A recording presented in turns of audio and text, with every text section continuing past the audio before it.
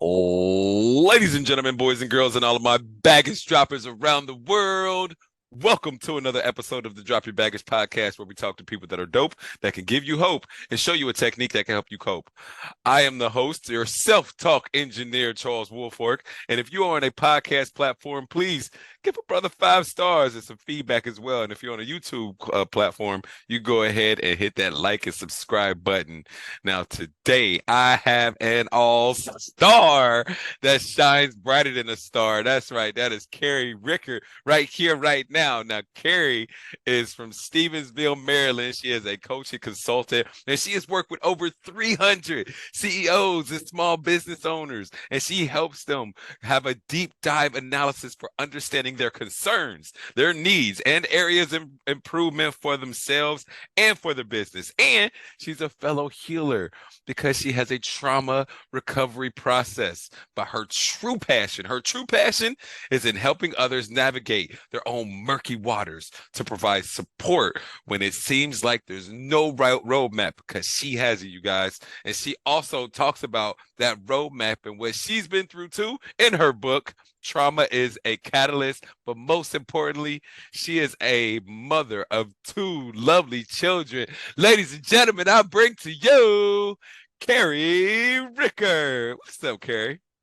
Hey, Charles, thank you so much. It is a little overwhelming to listen to the introduction, right? What's Like, so oh, over? I guess I have done those things, haven't I? And you know what's so funny though? Like, we don't listen to people say it like that. Like, you know what I mean? Right. Giving us I our flowers, I suppose. Go ahead.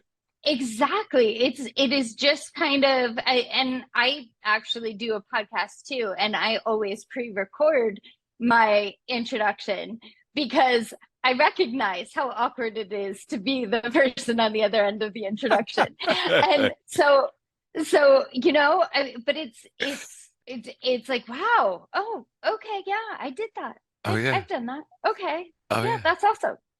I am awesome. I forgot how awesome I am for a second. I'm getting there. That's what's up. So Hey. thank you for telling me that I'm awesome. Oh, I appreciate well, it. yeah, it's very apparent. Hey, and please, yo, your story, I mean, is amazing. You are amazing, but your story is amazing too. Please go ahead and tell the audience all about you.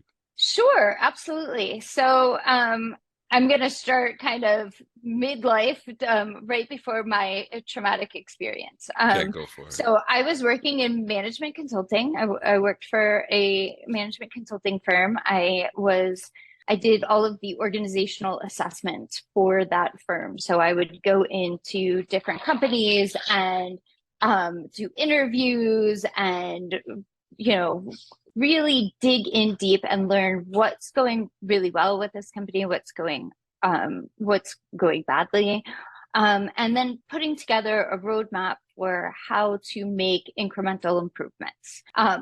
So that's kind of where I got started building roadmaps, although, formally. But I have always been the kind of person that puts the puzzle pieces together. I like to see, I can see the big picture and I can see the details. So I'm like, oh, this goes over here, this goes over here. Oh, we need to switch something. We'll put this over here. We'll make it all work. Hmm. And so I worked there for 4 or 5 years. And the day of my accident, which I discuss in my book, Trauma is a Catalyst, we were moving offices. So we were having a team day, packing boxes, and then we were all supposed to meet for lunch and go and then do some activity. And the activity was a surprise. We didn't know what it was, whatever. So we were trying to figure out who was going to go in whose car. And my coworker and very good friend Emily and I decided that she would go in my car, and that I would drive her, and then I would just drop her off at her car at the end of the day, and she would head home. Or she would get a ride back from someone else because I lived further away than she did. So, and the last thing I really remember about that day is the ride down on the elevator, because we were talking about how everybody's like, why is Emily going with Carrie? And just like we were being silly about it. Mm. So we get in the car. Evidently it was raining really hard. I don't remember this part, but from what I understand, that was the problem. So we were driving along, and it was like blinding rain, like you couldn't see anything. And I was getting off on an exit, and my car hydroplaned into the back of a tractor trailer that was parked on the exit, not like on the shoulder of the exit, waiting out the storm. Mm. And so I slammed into the back of a tractor trailer.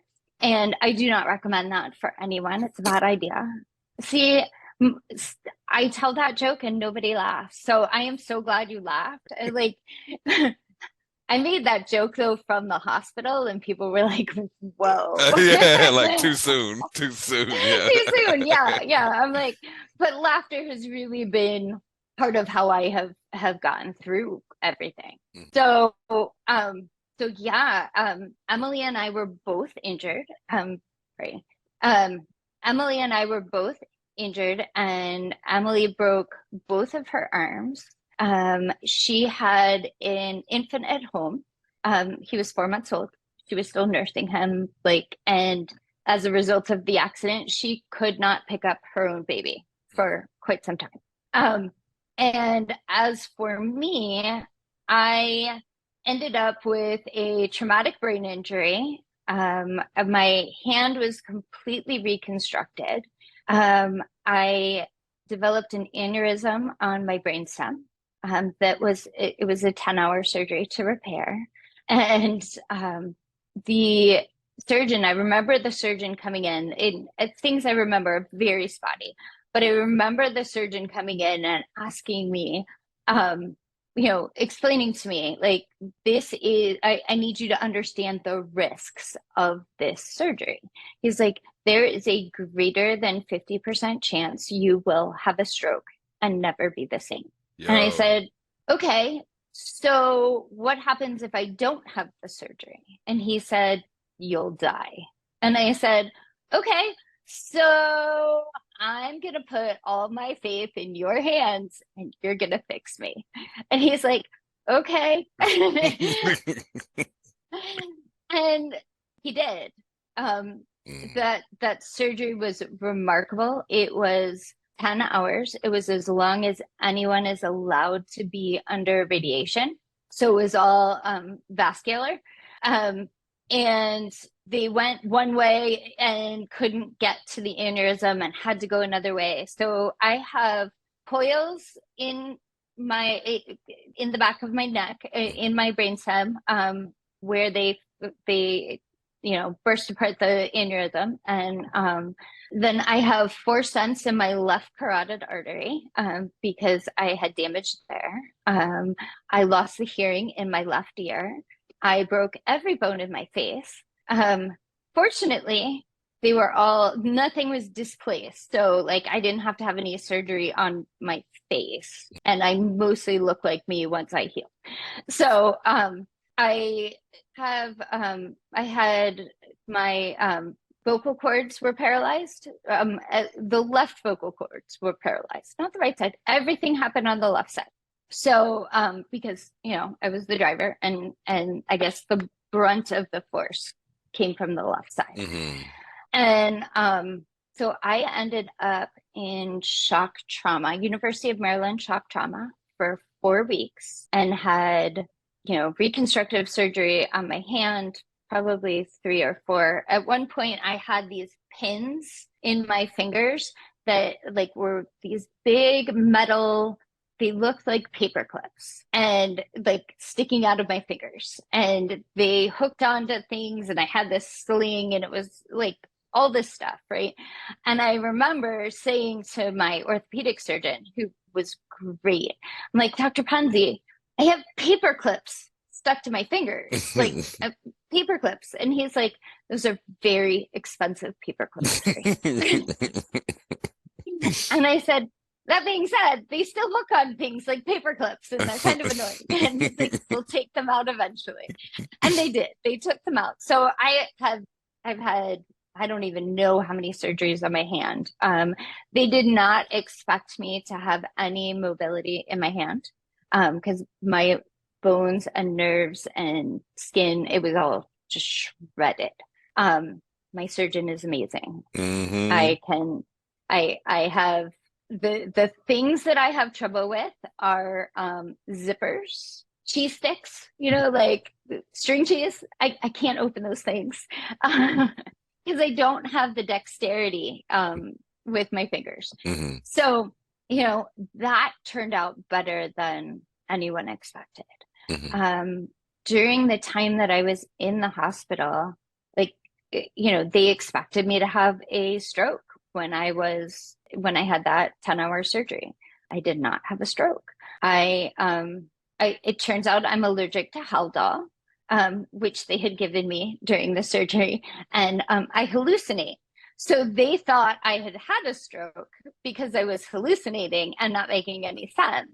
But then once that wore off, they marked on my chart that I'm allergic to Haldol, and and I was okay. I mean, that that being said, there's still a lot to work through when you have a brain injury because Mm-hmm. things aren't the same.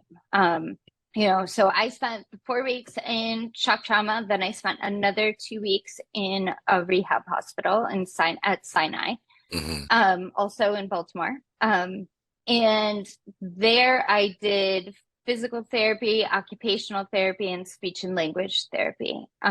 So, they had models of how you get on a bus and how you grocery shop. And so you would go with your cart and you'd pick things off the shelf. It was all like wooden blocks, but, Mm-hmm. it was a giant kids play set, a kitchen play set. And you would have to look at your list and figure out what you needed and figure out the pricing and all of that stuff, which, in actual reality is not that complex anymore because everything, like, you just have it all on your phone and or you order it on Instacart, right? Right. So I did all of that for a couple of weeks. And the thing that I remember the most from that period of time is the therapists all wanted to work with me. They all would add some additional time to work with me. And I remember asking my mom, who, God bless my mother, she and my dad stopped their life Mm-hmm. for 4 months. I mean, like they were on their way to vacation when I had my accident.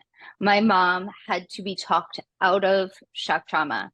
She, like, for a night, she spent almost every single night that I was in the trauma center right next to me. So when I was at Sinai, I'm like, Mom, you really can go home and sleep now. It's Mm-hmm. okay. Like you can come back every day. That's fine. But like you don't have to sleep here. It's okay. Mm-hmm. And I'm like, I'm doing better. Like it's okay. It's okay. Mm-hmm. So, but I remember asking her, I'm like, why are they all so excited about working with me? And she said, well, sweetie, you're in a brain injury unit. I'm like, uh-huh. And she goes, most of the people in this unit are really depressed and not focused on working toward getting better because they haven't gotten to that place where they're like, they feel like they can get better. And I'm like, oh, well, it never occurred to me that I wasn't going to get better. Like, Mm-hmm. and she's like, really? And I'm like, really? I've never worried about it. I mean, even after that conversation with the surgeon, it never occurred to me that I wasn't going to be fine. Mm-hmm. That doesn't mean I'm not different, but I knew that I was going to be fine. Mm-hmm. And I don't know if that motivation was my kids, probably at least some of it. I mean, they were 4 and 8 when this happened. Oh, wow. So they were little. My husband and I had just separated right before my accident. So, you know, when I do things big, I do things really big. Um, and you know, I was really lucky because he signed over power of attorney because we weren't officially divorced yet. We were separated. But you know, we separated in July and my accident was in October. So nothing was official. And he signed over power of attorney to my mother, who is a retired ICU and rehab nurse. So she was very well placed to be my advocate. Mm-hmm. And he knew that, and he also knew that, you know, he was not going to do any good by keeping that. Mm-hmm. And so I give him a lot of credit for signing that over to my mom and letting my mom handle everything. And because my mom did, I mean, she knew what to ask for. She knew who to talk to. She knew the language that doctors and nurses speak. Yeah. You know, I didn't know any of that, and I had brain damage, so it wasn't like I was, you know, like it's interesting. One of the things that people say that is you know, shown that people who have traumatic brain injuries tend to lose their filter a Mm. little bit. And so, and I definitely did. Like, I remember people coming to visit me, like my biological father and stepmother came to visit me, and I'm like, why are they here? And my mom's like, they're in the room. And I'm like, but why are they here? They didn't show up when I was like happy and alive. Like, Yeah. why are they here now? Like, I Mm. don't need their guilt trip. Like, Mm. you know, and she's like, okay, they're still in the room. I'm like, they didn't take the hint. They kept coming back until, interestingly, they kept coming back until I was actually fine. Yeah, they cared. And then it was like, okay, we're done. I mean, they always make sure to check on the kids and things like that. But me, you know, um, so so it was this really interesting thing though for my mom to explain to me that most people who have had traumatic brain injuries have a really hard time and struggle with the I'm never going to be the same again. And I struggled with not being the same again, but I also just always knew I was going to be fine. I Mm. didn't know what fine was going to look like, but I knew I was going to be fine. So 6 weeks post accident, I went back to University of Maryland to have another surgery, where they were going to put stents in the right side, but it turned out I didn't need them, so that was good. So it ended up just being exploratory. But then they let me go home, which was wonderful. I got to go home, Yeah. and my parents moved in with me, and my kids. And again, they lived with us for 2.5 months. And turns out that when you've had a brain injury and they don't just give you back your driver's license, you have to do all the testing over again. and and you know, logically that makes sense. I'm like, but I can still drive. It's fine. Hmm. My mom's like, you may not be making the best decisions right now. And also, you don't have a car. That was totaled. So I had to buy a new car. I had to retest for my driver's license. Interestingly enough, I was taking the driver's test, right? And every single question I remembered from when I was 16, except for two. Mm. The two additions were blood alcohol level and texting while driving. Mm, Because right. back when I was 16, it's like blood alcohol was just starting to become a thing. Like Hmm. DWIs were not even really a thing yet. They were just starting to like put that in place, right? Hmm. So those and I'm like, see, told you I'm fine. I actually remember all of these questions. Like I remember, I can like see where they were before on the test before. So I thought, oh, I'm doing great. I am fine. As soon as I get my driver's license, I can go back to work. This will be fabulous. And then I went back to work and it was not fabulous. I tried for 2 weeks to go back to work and I lost my car every single day in the parking garage. And I was so absolutely exhausted by the end of the day that getting up the next day was really, really hard.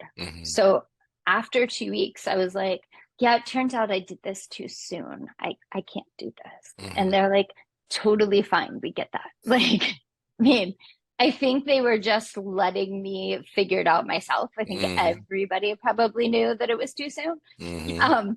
So I went back into University of Maryland and they recommended that I go see this neuropsychologist out of Hopkins. And I'm like, okay, yeah, sure. That sounds good. Like, let's do that. So I went to see her. She did all of the IQ testing and everything on me. And, you know, I do all of the testing and she says, you don't have any deficits except in your hand-eye coordination in your left hand. And I'm like, and that's because of the hand injury. Right. And I said, I looked at her and I go, you have a baseline. So you don't know that I don't have deficits. I promise you, I have deficits. Like I can feel them. I know that there are places that I am not finding words or I am taking longer to process things than I would have normally taken to process things. I'm like, I was really smart before my traumatic brain injury and I'm still smart, but no, like, she's like, I think you're going to be fine. And I'm like, okay, that's good. And she goes, but you know, if you had been one of my patients, I would have told you not to go back to work when you did. And I go, and I would have laughed at you and told you I was doing it anyway. And then I would have had to have come back and said, okay, fine, you were right. Yeah, exactly. And she said, you know, with brain injuries, she's like, your tenacity and your determination and your perseverance have gotten you through so far, right? You have been determined to survive and you have been determined to try and thrive. She's like, but it's a double-edged sword because your determination and your tenacity and your perseverance are also not allowing you to rest when your brain needs to rest. And that has always been a really hard thing for me to do. Like, I'm a doer. I get shit done all the time. Like, I just do the things. Whatever needs to be done, I get it done. And so I'm like, I'm sorry, I have to what? Like, I've been resting. I was in the hospital for 6 weeks. What do you mean I have to rest? And she's like, well, there's this thing called neurofatigue. So brain fatigue, brain tired, any of those names, right? But the idea is the same. Like when you do something that is stressful. So for me, anytime I drive near big trucks, that is really stressful for me. Right. And I have to build in recovery time.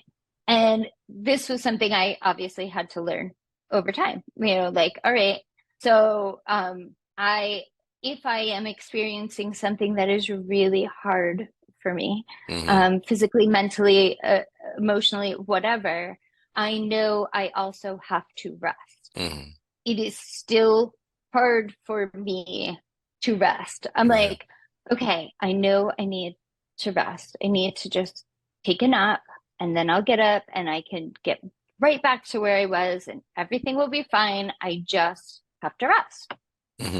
And so that has been such a learning curve for me, which seems like such a silly thing to like, oh, you have to learn how to rest. Yes, I did. I had to learn how to rest because I have always been incredibly independent. Always been a very high achiever. I want to get shit done. Mm-hmm. And not being able to do that is so hard. At least not at the rate that I want it to go, right? Like Mm-hmm. I have in my mind how everything is gonna go or should go and the timing of it all. And Mm-hmm. now I have to build in these like pockets of rest. And I'm like, that is just wasted space. And what I have now learned, it's been almost 10 years now. What I have now learned is that those pockets of rest allow me to be fully present Mm-hmm. in the moments that I need to be fully present. Yeah, yeah. And so I never ended up going back to work at that management consulting firm because I'm like, I had been working like 80 hours a week and it was crazy. And I'm like, I can't give them that. Yeah. And I also don't want to. Right. I need to be able to focus on my health and focus on my kids. And so, fortunately, I had met a lot of people and, created relationships with a lot of people. And I was able to start my own business. One of my good friends who hired me right off the bat, he said, all right, you need to create an LLC. You need to we're doing this the right way. He's also a tax attorney. So like that was helpful. Right. But so I started off doing like some virtual assistant stuff. I'm like just trying to get myself back into the work world. Mm-hmm. And in the meantime, like all through that immediate post-acute period, I had been writing. So I had started writing a blog, and it was helping me process through all of the things that I was going through. That's awesome. And I had so many people say, oh, Carrie, you should write a book. And I'm like, I'm not going to book. Like, nobody wants to hear this whole story. But over and over again, like, oh, we connect so much with this. And not just because we've known your story, like people would share my blog to other people. And, so so writing was so helpful to me because it really allowed me to process all of the things that I was thinking, that I was feeling, that I was frustrated with, and I made that public. And I made it public because I wanted other people not to struggle as much as I had. And I say that knowing that I am also incredibly blessed. I had a fabulous support system. I had wonderful medical care. I fortunately did not have nearly as many problems as they expected me to have. Yeah. But there was still struggle there. Like I wasn't as independent as I had previously been. I wasn't, there were things for my kids that I couldn't do, like I couldn't wash my daughter's hair because I had casts and a neck brace and when I first got home from the hospital, and I just wanted to care for my kids. Right. And I had to watch my mom do it. And I appreciate that my mom did it, but she didn't do it the way I do. And it wasn't me doing it. Yeah. And the mom, like I'm supposed to take care of these people. So I thought it was important to share with others those feelings because people, and I believe this of any trauma, so not just a traumatic brain injury, but any trauma can feel so isolating. Like you feel like you are the only one who has experienced any of the things that you're experiencing. Right. And because we don't really talk about it that much. You've got the like big headline people, when a famous person gets injured or whatever, but not like we still don't know the real story. And I share the real story. Like this is where I'm struggling. I've shared my mental health ups and downs. It just felt like the right thing to do. Because I genuinely believe that we're all connected, and that story is how we increase that connection. Story is how we, we're so broken apart in so many different ways, in this country in particular, right? And, but I think our stories, when we truly authentically tell them, resonate in such a way that other people can gain something from them. At the very least, a new perspective. Yes. Right. And so with that, and then like going back to work and trying to figure that out, and starting my own business, and I contract for a nonprofit organization called the Edward Lowe Foundation. And I operate as a team lead for their Systems for Integrated Growth program. And that is where I am able to put all of my organizational assessment knowledge into place. I do needs assessment calls, and then I figure out who on our team is best suited to help them with their needs. So they're shorter term engagements, but I have gotten to know people and companies and industries all over this country. And if I hadn't had my accident, I wouldn't have done that. Right. I wouldn't have had this opportunity, So, a lot of it really, really, really sucked, but I also wouldn't give any of it back.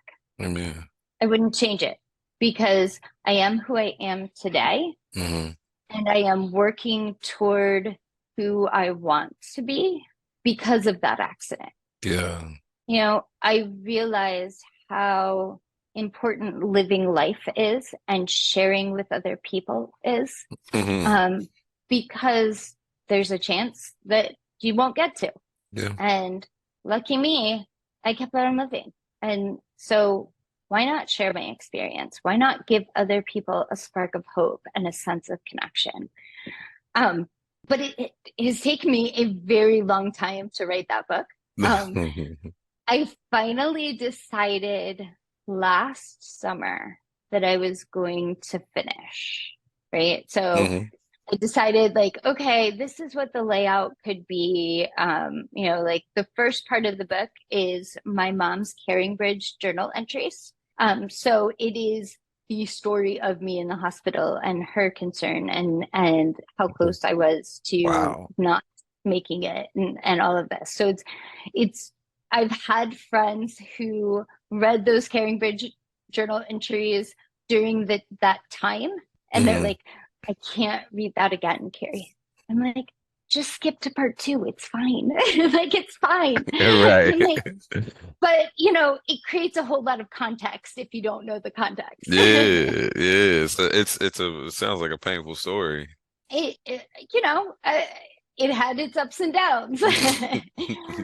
But so then the second part of my book is the blog from those early years of my recovery. And then so last summer I decided, okay, I am gonna actually put this together as a book and find a publisher and write the rest of it. And so last summer I spent every single day writing.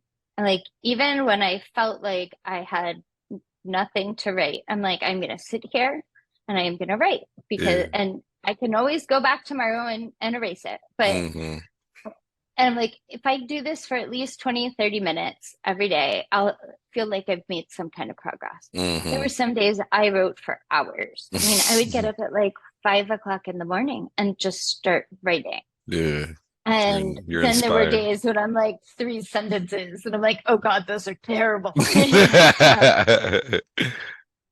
I finished the book around September and, shopped around for a publisher, and Fulton Books published my book for me, and Mm-hmm. we went through the whole editing process, and which was fascinating. Mm-hmm. And during the same time I am finishing my book, I decided I was going to start a podcast because I had paying stuff and then all these things that weren't paying me anything at all, right? Like my book and a podcast. And so I'm like, you know what?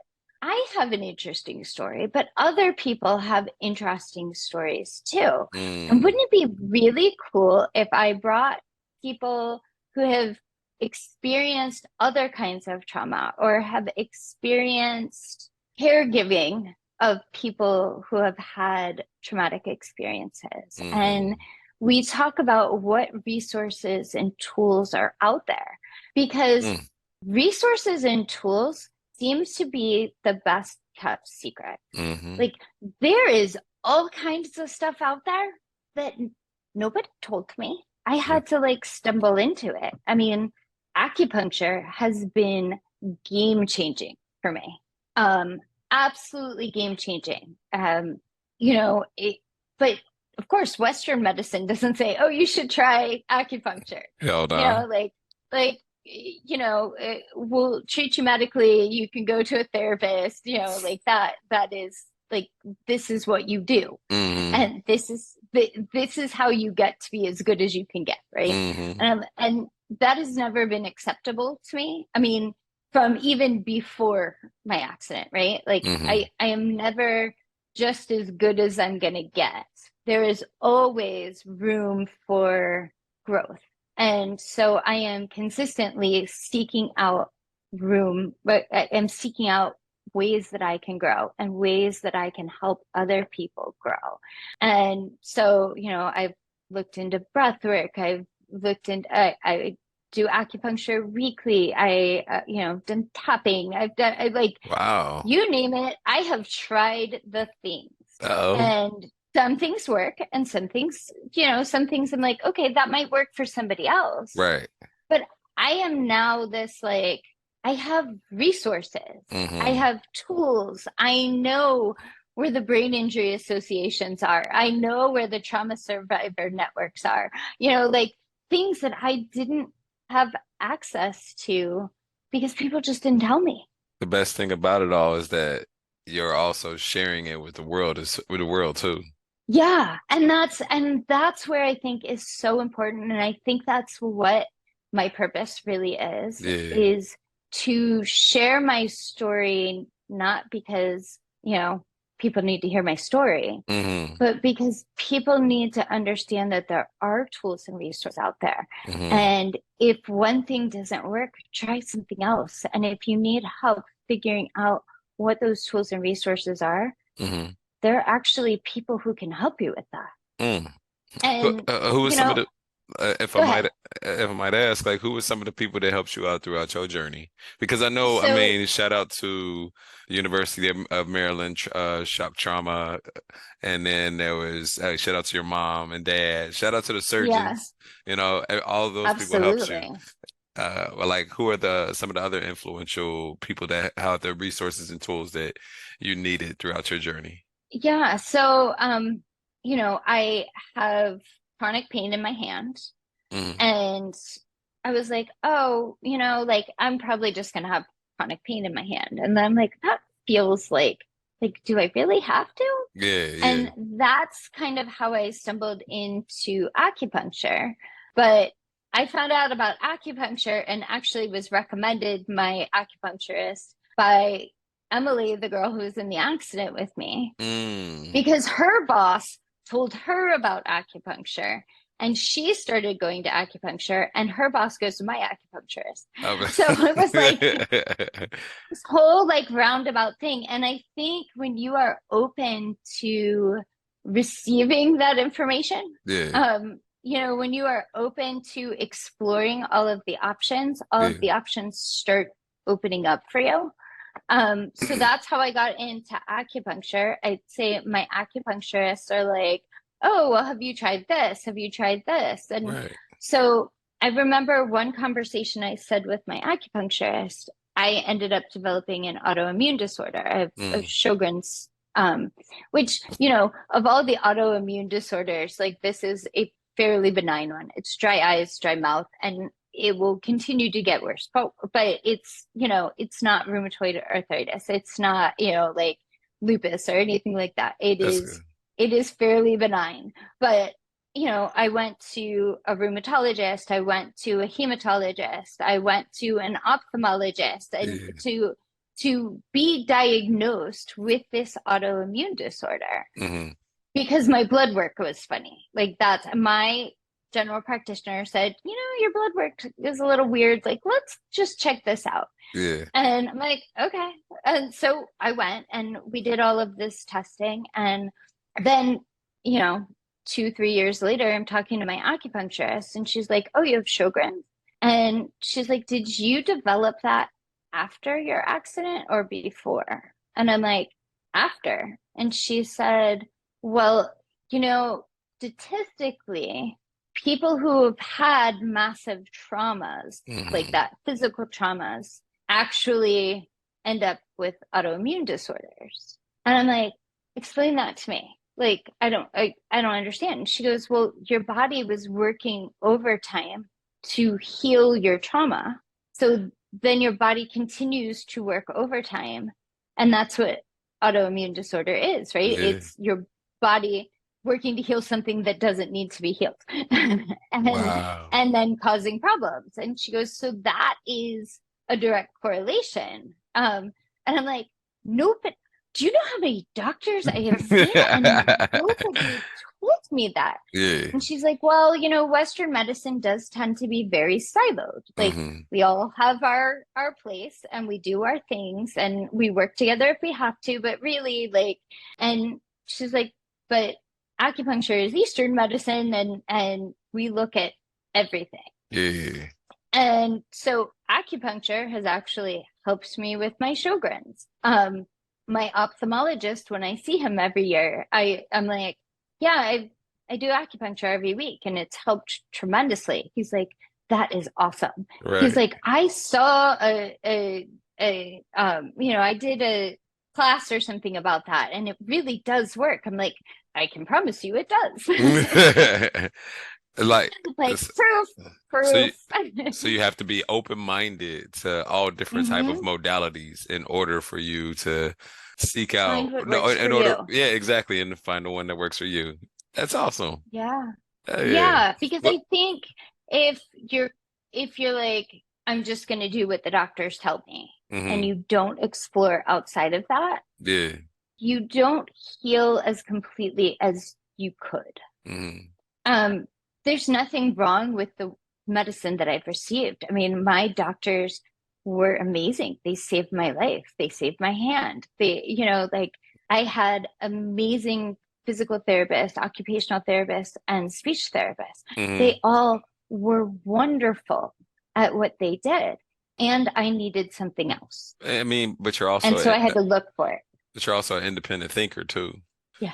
Yes, I Yeah, yeah, yeah. So am. that's also a Yeah. big thing too. It's like you can't So just like look if at the conventional things.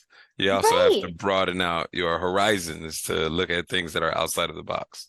Exactly. And if I share my experience with people who are a little reticent hmm about thinking outside of the box, and hmm I say, hey, I tried this and this was amazing. This hmm helped me.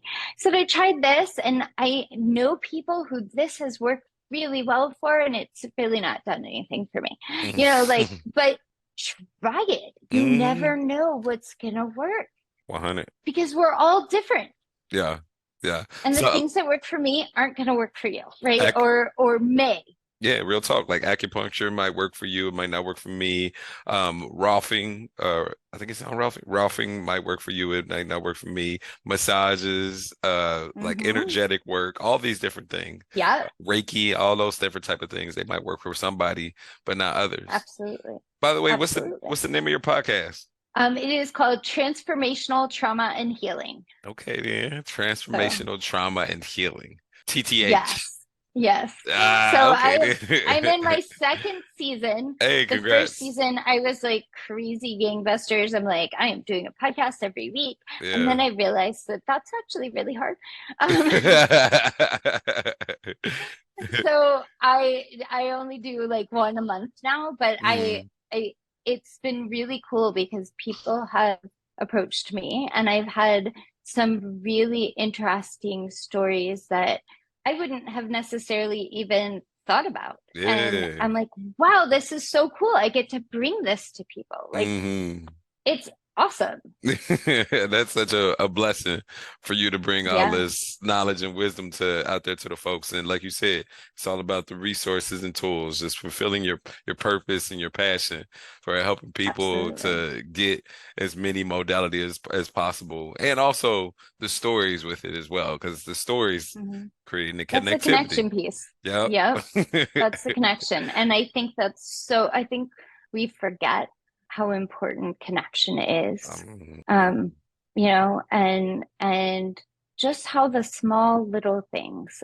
I mean, I know during COVID we all were stuck in our homes talking on Zoom, but I actually made some really great friends talking on Hmm. Zoom. Hmm. So like you can have connection with people no matter what your situation is, Yeah.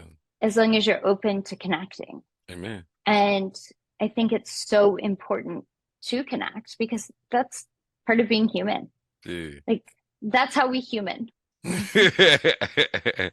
Well, one way that I help people connect is I help people connect with themselves through the mental and emotional release process. And that's for Uh-huh. the second part of the show right here. That's where we are going to have you go through the mental and emotional release process. Now, I am not a psychologist. I'm not a social worker. I'm not a psychiatrist. I am a self-talk engineer that helps people with the modalities from Neuro Linguistic Programming. I just wanted to let you know that. Yeah.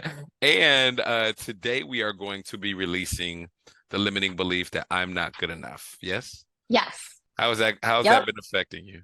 So I think that belief started when I was very small. So my mom and biological father got divorced when I was an infant. My father has had very little interaction with me. I saw him like twice a year, and and while my stepdad is my dad, like Hmm. he has been my dad since I was 2.5. Like he's my dad. I still realize that there is somebody out there who was supposed to love me Yeah. and has chosen not to. So how am I not good enough Yeah. for the him, right? Yeah. And that has carried on throughout my life. Like it's interesting because I know that I am very good at what I do professionally. Like Hmm. I'm confident in that. Am I good enough at relationships? Well, I failed my marriage. Am I good enough at parenting? I don't know. I feel like I fail that all the time. Like some days I'm rocking it, and other days I'm like, that was a bad choice. And well, I think a lot of that is normal, Yeah. right? I mean, I'm certainly not the only person who's failed at marriage. I am certainly not the only person who has questioned their parenting ability. Um, it still is that underlying theme that I think began way back then. Hmm. There, there's an opportunity for you right now to forgive. Forgive yourself, forgive your ex, forgive your dad, and that will take a bit of empathy and compassion and going deep. You think you're ready for Yeah. that? All right, let's do it. I'm That open. initial face was like, oh I know, like, yeah, I'm like, do I have to? Do I have to?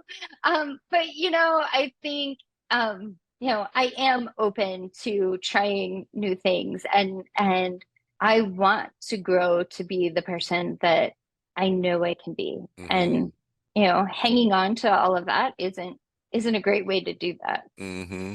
Hmm. And So this, go ahead. Yeah, so I'm game. Yes. Perfect.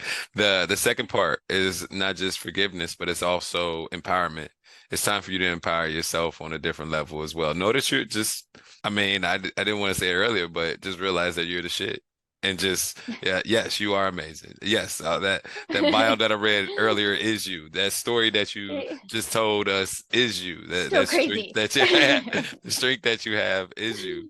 So now it's that opportunity to empower yourself and to forgive others, accept some things, and then just, let it go, because no matter what, like you always say, you're gonna be all right. Yep. Yep. Yeah. Okay. Yeah, you ready? I'm ready. All I'm right, ready. then. All right. So in order for you to have this process go profoundly, all you got to do are three things. Number one, you got to use your imagination. Okay. I Number can do two, that. I'm a writer. all right. Number two, you got to follow directions just like you follow a good recipe or Google Maps. Okay. Awesome. And number three, you got to trust the process. Know that I'm your guide and I'll be leading you through this easily and effortlessly. And I come from a place of love and high vibrations. Okay. All right. Now, first thing we got to Let's do, do first thing we got to do is we have to create an imaginary timeline. Now, with your it. Okay. imaginary timeline, your past can go to your left, to your right, or behind you. If you were to know, where's your past? It's on my left. Where's your future? On my right. Perfect. Now, I'll do the talking, you do the walking, and then we'll go ahead and get some feedback. Oh, as far as feedback is concerned, let's do the mind-body connection. Now, with the mind-body Okay. connection, when you think about the things that you think about with like, I'm not good enough, where do you feel it in your body? Oh, my neck and shoulder. Neck and shoulder. On a scale Uh-huh. to, on a scale of 1 to 10, how intense is it? My scale's a little skewed. All right, so for you, how is it? And for a normal person, how is it? Normal, Okay, right? so for somebody who hasn't had extreme pain, it's Hmm. probably an 8. Okay. For me, it's probably a 5 or 6.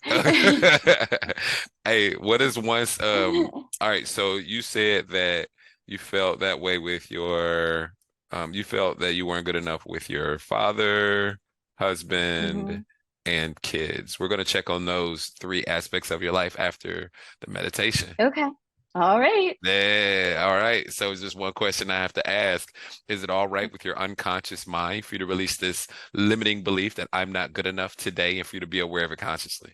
Yes. Awesome. What is the root cause of this problem? The first event, which when disconnected, that will cause this problem to disappear. If you were to know, when is it? You said it was when you were 3 or 4, when your mom and dad got divorced? No, I was 4 months old, but I 4 months. would say it was like I was like 2-ish when it really started to hit home Hmm. that he wasn't ever going to be a presence in my life, and Got he actively chose not to be. it. Okay, got it. You All know, right. obviously that changed. That I understood that more as I grew older, but I Hmm. would say probably in that like 2 to 3 age that when I was starting to understand things. That's a perfect place that we can go and start to heal. Okay. All right. Now, All right. with that, you can go ahead and start following directions now. You can go ahead and close your eyes and Okay. relax and let me know when you're ready for the process. I'm going to take my glasses off. Yes, that's perfect. Okay. I'm ready. Awesome. Now, just imagine floating outside of your body as if though you were a spirit or energy. And just imagine floating above yourself right here, right now, and seeing yourself from a third person point of view.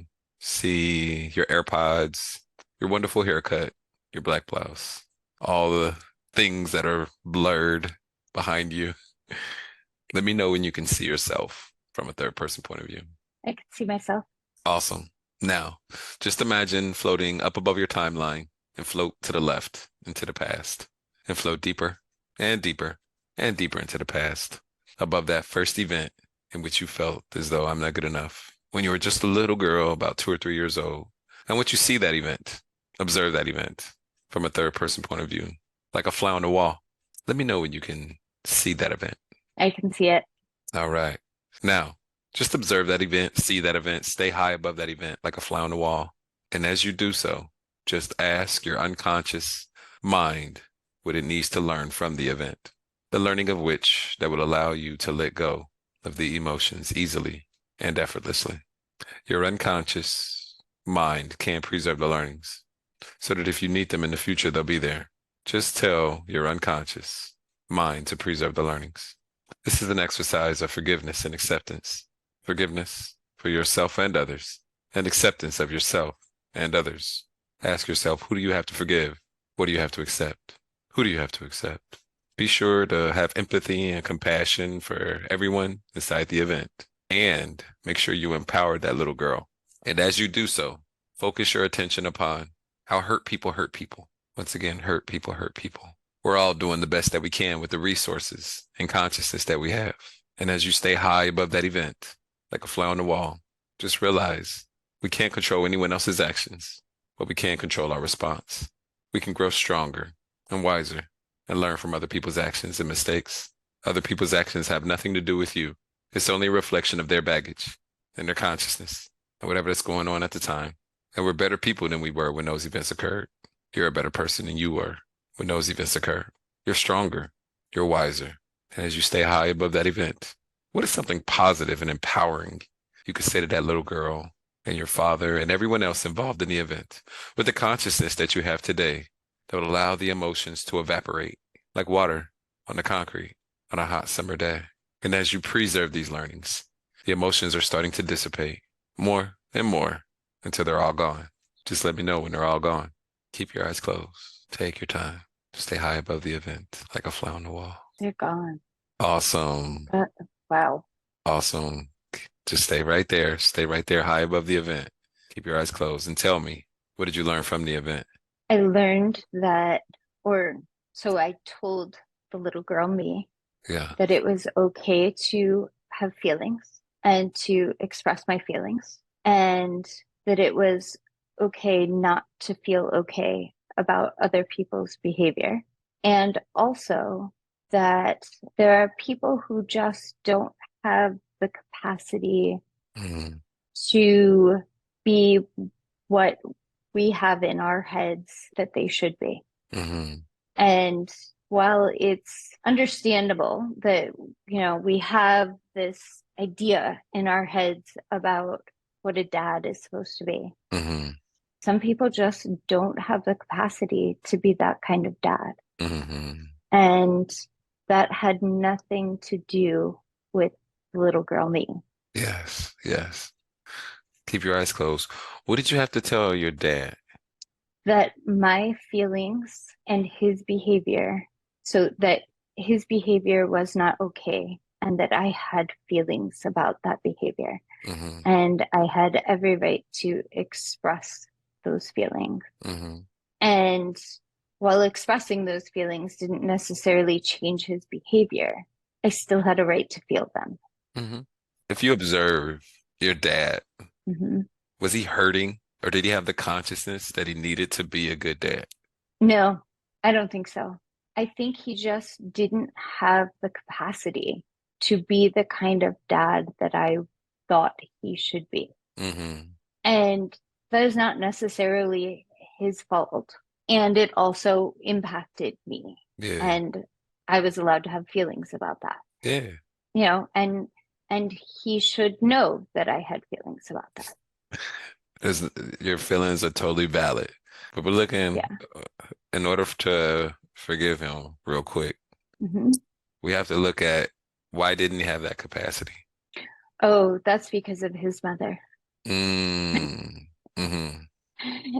Um, my grandmother was very passive aggressive, very Mm-hmm. controlling, Mm-hmm. very, like he probably got through his life by being as small as possible, Mm. as not making waves Mm-hmm. and not expressing himself. Mm-hmm. So there's no way that he would have had the capacity to be the kind of dad that I thought he should be. Mm-hmm. Um, you know, his mother was controlling and his father was very passive. Mm. And so he learned how to be very passive in order to manage being my grandmother's son. Mm-hmm. And for me, I believed that passive parenting wasn't good enough.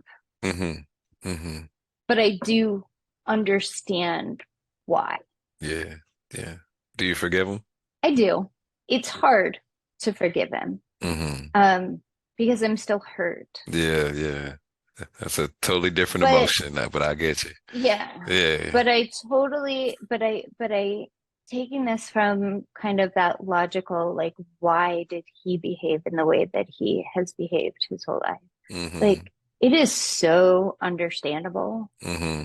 that he behaved that way and that that was this cycle. And who knows if my grandmother and grandfather, like what their cycles were, right? I mean, Mm-hmm. it's just Mm-hmm. multiple generations. Like there is Mm-hmm. absolutely no way that his capacity was his fault. So I can't continue to be angry with him about something that he couldn't control, that he Mm. didn't know how to step outside of. Yeah. That's very big of you. It's very big of you. It's a work in progress. Yeah, good job. Um, so his actions and his baggage had nothing to do with you being good enough. You were always good enough. Right. You were just that little Yeah. girl. You were always good enough. It was just him and what he was going through. Yeah. Wow. Yeah, yeah. You feel that? Mm-hmm. I Hmm. do. Wow. Yeah. All right. This is just the beginning. Here we go. Now, very good. Hey, very good. I'm very proud of you. Good job. Good job, Thank Carrie. you. All right. Now, just imagine floating up above your timeline and float to the left into the past and float deeper and deeper and deeper into the past above the dinosaurs during the Okay. prehistoric age. Let me know when you're above the dinosaurs. I'm above the dinosaurs. Awesome. Seems like Now, an interesting place to be. now, as you're above the dinosaurs, just imagine floating into space and float deeper and deeper and deeper into space to where space and the atmosphere connects. And imagine your timeline is the size of a fingernail. Let me know when you're there. I'm there. All right, now just imagine floating there, weightless, in space, and ask yourself now, where are the emotions? Tell me, are they there or have they disappeared? Now, They're gone. awesome. They're Now, so insignificant. that's right.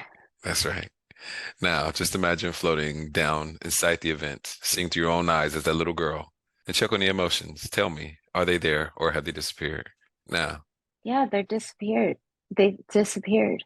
awesome. Awesome. Wow.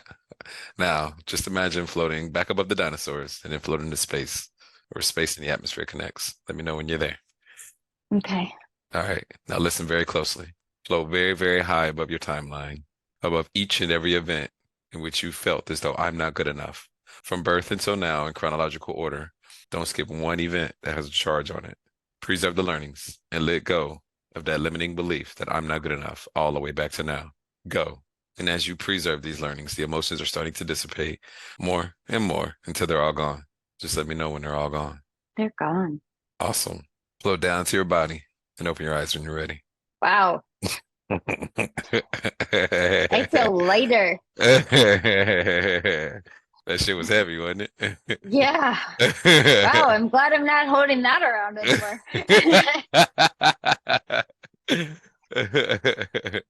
Whew.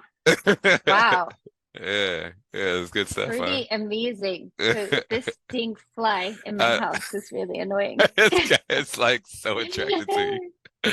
I know. I was like, Oh no my positive blood. God. Hey, I got a question for you. Do Mhm. you smell biscuits? No. Okay, I asked that question to get your mind off the meditation. Oh, So, okay. I'm like, nope. Does anyone answer yes? yeah. That's so weird. No, I do not smell biscuits. Like you're like first dinosaurs, now biscuits. Is like what is going on? But I took a good sniff to make sure. Yeah, yeah. That's I'll explain that later. Um, so, can you remember a time in the past in which you used to feel or think that like that limiting belief? And go back and notice if you can think that limiting belief again, or you may find that you cannot. I actually don't. Like, wow, that's amazing. Like, I'm, going back to I mean, obviously the events are still there, Hmm. but it had nothing to do with me. That's amazing. Yeah, it is. That's really amazing. All right, we'll go back to Yay. it. We'll go back to it. I know, right? We'll go back to it. Yay. I want you to imagine going out into the future to an Okay. unspecified time in the future in which if the same thing would have happened in the past, you would have thought that I'm not good enough. But it's the future now. So see if you can find that old limiting belief, or you may find that you cannot. Okay. There's still a little twinge there. Yeah. Yeah. Like I always picture myself standing on a stage and telling my story and sharing with an audience. Mm, And you know, there is a piece of me that goes, why would anyone want to listen to me? mm, Um, mm, you know, like so yeah, I'd say the future is still a little I understand the past because that didn't have to do with me, mm. but the future, Okay. I'm making that. I feel you. Hey, so have you ever spoken in the past before? Have I what? Have you ever spoken to a group of people in the past before? Yeah, I have. Um, And it went fine. I did it. I've done it a lot and it's gone fine. All right, so you may have gone to the events with your father and your husband and your kids, but did you go to those events with the stage? I I no, I didn't. All right, cool. So this is what we're gonna do. Huh. Okay. All right. So this is what we're gonna do. We're gonna go ahead and go back into the meditation, and then Okay. we're gonna come back to this moment. Wow. Because it didn't occur to me to think about the future stuff and the things along the way. hmm Ooh, All right. Now let's go back feels to like it. so much lightness. All right, let's go back to the. All right, I want you to imagine going out into the future to an unspecified time in the future in which, if the same thing would have happened in the past, you would have felt as though I'm not good enough. But it's the future now, so see if you can find that old emotion, or you may find that it's not there. No, I feel like I've got this. Hell yeah, hell Yeah, I can do it. Like, yeah. wow. Yeah, that's awesome. Congratulations, Carrie. You are officially a baggage dropper. Woohoo! All Love right. dropping baggage. All right. So first and foremost, how is that tension in your neck? Like gone. Yeah. Yeah, like I feel like lighter is the only way I can describe it. Like, Mhm. oh wow, I've been carrying things around for a long time and I didn't have to. Mhm. That's so nice. Hey, it's crazy with the mind body connection though, right? Because you feel the emotions release from you, and like Yeah. all this stuff that you've been carrying around for decades are now just like boom, gone. Yeah. Wow. Very cool. Yeah, yeah, very much so. So good. The feeling in your neck is gone. How's the emotions around your father? If you can put that into words. I think it's just understanding that who he is has nothing to do with me, Mm, and his capacity and ability has nothing to do with me hmm at all, which is, you know, pretty darn amazing because evidently I thought everything revolved around me.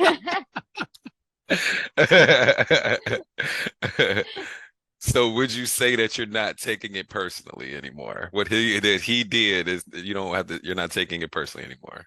Right. I would say that that's accurate. Yeah. Yeah, yeah. And that feel good, don't it? Uh-huh. It does. It's like, oh, It yo, does. it wasn't about me. It wasn't about me. Wait, the world doesn't revolve around Yeah, like I every. know, right? Who would have thought? Yeah.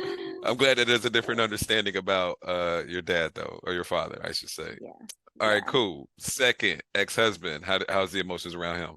I would say the same. Like I get that, you know, we both had our part to play and we both played our part.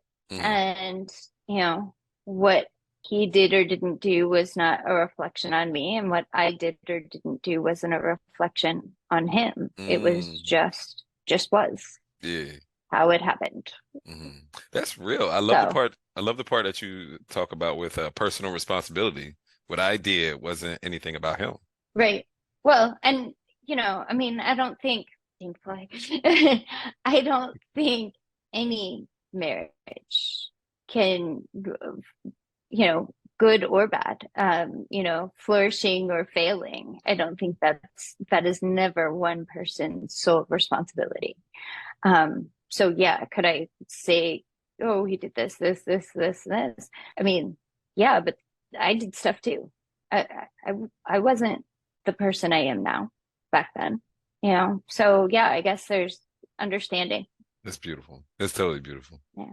Like, I mean, the beauty is in the connection. Like you said, the Hmm. humaning is that what you called it? The humaning? Yeah, that's what I said. Yeah. It's in the humaning of it. It's like, yo, it's a thing to where we have that connection in that moment in time, and you know, there's a place for your triumphs and baggage, and for his triumphs and baggage, and it was Mhm. what was needed at that time. That's pretty darn cool. And kids, how does it feel about your kids and your parenting? So I think what I understand is that I am consistently doing the best that I can, Hmm. and the best that I can is good enough. They don't doubt that I love them.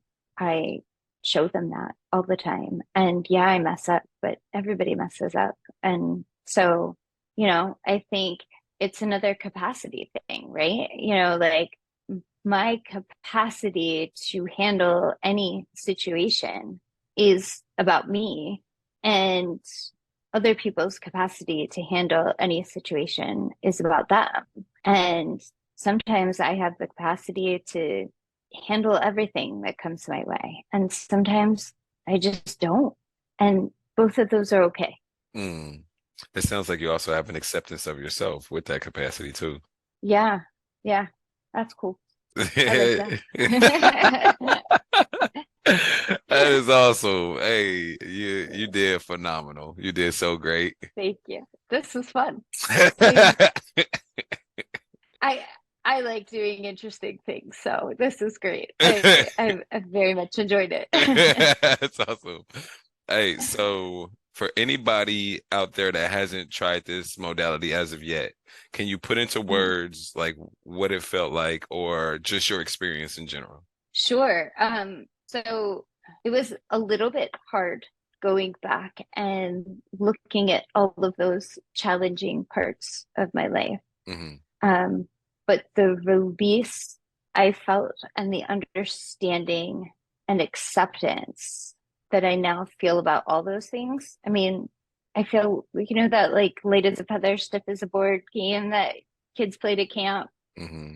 Like you could throw me across the room. It's awesome how light I feel right now. So I think everybody should want to feel that way. Amen. Amen. It's worth the hard. It's worth examining the hard stuff. Hmm. And honestly, you probably examined it for 5 minutes or Not that less. long. No. Yeah.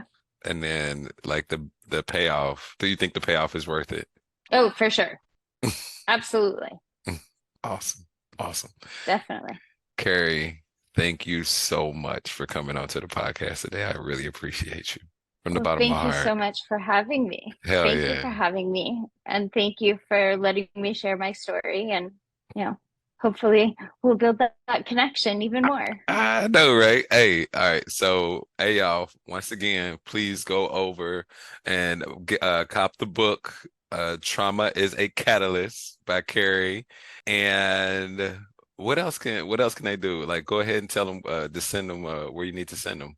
Sure. So the book is available on both Amazon and barnesandnoble.com. So they can go either of those places. I would say if they find the book to be helpful, if they enjoy it, please also give me a rating on Amazon. And if anyone is interested in trauma coaching or or anything like that, I am getting ready to start a group trauma a trauma survivor group in September. So if anyone is interested in, exploring that, I like to do a free consultation first to just make sure that everybody understands what to expect from coaching and from a group coaching, especially because that's a little bit different.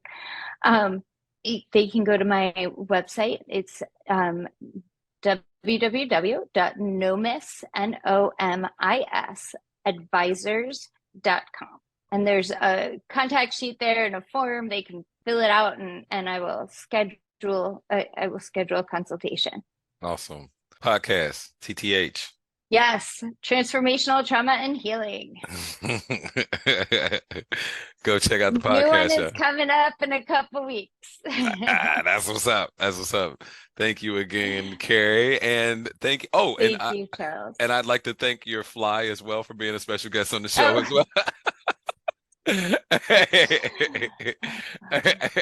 And thank you all. Turns summertime. Thank you all, the audience, for your attention and your time and your love. I really appreciate each and every one of you all. If you are on YouTube or Facebook, please give it a thumbs up, and you can go ahead and comment or share. And if you're on a podcast platform, give the brother 5 stars and some feedback as well. Hey, until next time, right here. Until next time, right here, right now on the Drop Your Baggage podcast. I am Charles Woolfork, and you all take care of yourself and take care of one another. Peace.